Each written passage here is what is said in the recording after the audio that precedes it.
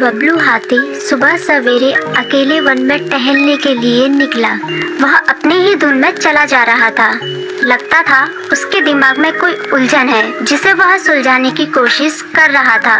सड़क पर आगे बढ़ते ही उसके सामने चीकू खरगोश भागा। बबलू का पैर उसके ऊपर पड़ने ही वाला था कि चीकू जोर से चिल्लाया। उसकी आवाज सुनकर बबलू ने अपना पैर पीछे खींच लिया। कहाँ खोए हो बबलू भाई? कहीं नहीं, बस कुछ ऐसे ही सोच रहा था। किस बारे में?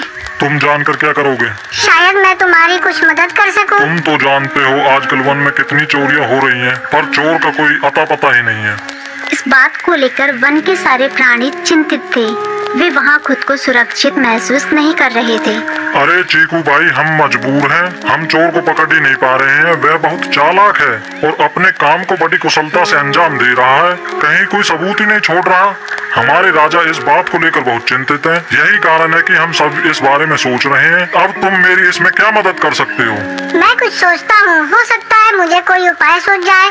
प्रयास करने में कोई हर्ज तो नहीं है। तुम ठीक कहते हो चीकू, लेकिन वन के गुप्तचर भी अभी तक इसका कोई हल नहीं निकाल सके। इतना कहकर वे चुप हो गए। बबलू की बातों ने चीकू को सोचने के लिए मजबूर कर दिया।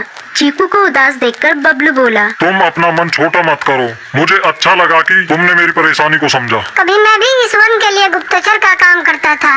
एक बार मेरी टांग टूट जाने से मेरे अंदर फुर्ती नहीं रही। तब से मैंने यह काम छोड़ दिया। चीकू, तुम चाहो तो यह काम दोबारा कर सकते हो। वन के प्राणी ज्यादातर दिन में भोजन की तलाश करते हैं, वे रात को आराम करते हैं। तुम दिन रात दोनों में ही भोजन की तलाश में निकल सकते हो सकता है रात को तुम्हें कुछ ऐसी बातों का पता चल जाए जो हमारे काम की हो। हाँ बबलू, तुम ठीक कहते हो। मैं आज रात को वन में घूम कर इस बात का पता करने की कोशिश करता हूँ। थोड़ी देर बातें करके चीकू अपने बिल की ओर बढ़ गया और बबलू अपने रास्ते चला गया। चीकू के दिमाग में अभी तक बबलू की कही बातें घूम रही थी। उसे समझ नहीं आ रहा था वह बबलू की मदद कैसे करे। दिन भर वह उसी उधेड़-बुन में लगा रहा।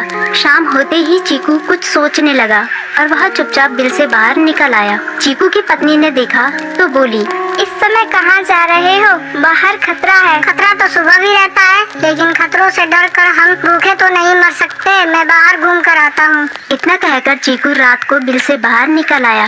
कुछ दूर जाकर उसकी नजर बंकू उल्लू पर पड़ी, जो कुछ ही दूरी पर था। वह पेड़ की डाल पर बैठा अपनी गर्दन चारों तरफ घुमा रहा था। वह तेजी से पेड़ की एक डाल से दूसरी डाल पर उड़ रहा था। बंकू की नजर उस पर नहीं पड़ी थी। कुछ सोचकर चीकू पेड़ के पीछे से बाहर निकलकर थोड़ी खुली जगह पर आ गया और वहां से बंकू उल्लू को देखने लगा। बंकू ने चीकू को अंधेरे में भी देख लिया, पर उसने उसमें कोई उत्सुकता नहीं दिखाई और अपनी गर्दन चारों ओर घुमाता रहा। चीकू बड़ी देर तक बंकू की हरकतों पर नजर रखे रहा। वह थोड़ी देर तक खुले मैदान में खड़ा रहा, पर बंकू ने उसे देखकर भी अनदेखा कर दिया। उसने महसूस किया कि बंकू के आसपास चमकू चमगादड़ भी मंडरा रहा था। कुछ देर वन में घूमने के बाद चीकू अपने बिल में लौट आया और सुबह होने का इंतजार करने लगा। अगली सुबह बबलू उसी रास्ते में जा रहा था। रास्ते में चीकू उसका इंतजार कर रहा था। आज बड़ी जल्दी आ गए बबलू। हाँ, आजकल मुझे चिंता की वजह से नींद नहीं आती। कोई नई खबर है क्या? यकीन से तो मैं नहीं कह सकता, पर मैं तुम्हें ऐसे प्राणी का नाम बता सकता हूँ जो शायद चोरों की मदद कर रहा है। कौन है वो? बंकू उल्लू। इतना कहकर चीकू ने रात की घटना उसे ज्यों की त्यों सुना दी। इसे सुनकर बबलू का माथा ठनका। बबलू की आंखें चौंधिया गई। तुम ठीक कह रहे हो। मुझे आज रात बंकू और चमकू पर नजर रखनी होगी। इतना कहकर वे दोनों अपने अपने रास्ते चले गए। बबलू रात को अपने साथियों के साथ बंकू पर नजर गड़ाए रहा।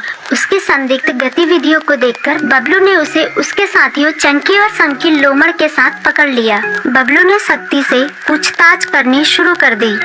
तुम इस समय बंकू चमकू के साथ क्या कर रहे हो? हम चारों दोस्त हैं, इसलिए साथ बैठकर बातें कर रहे हैं। चमगादड़ और उल्लू की दोस्ती तो समझ में आती है, पर लोमड़ के साथ दोस्ती कैसे हो सकती है? सख्ती से पूछने पर दोनों ने अपना जुर्म कबूल कर लिया और सभी चोरियों के बारे में बताया जो उन्होंने कुछ दिन पहले वन में की थी।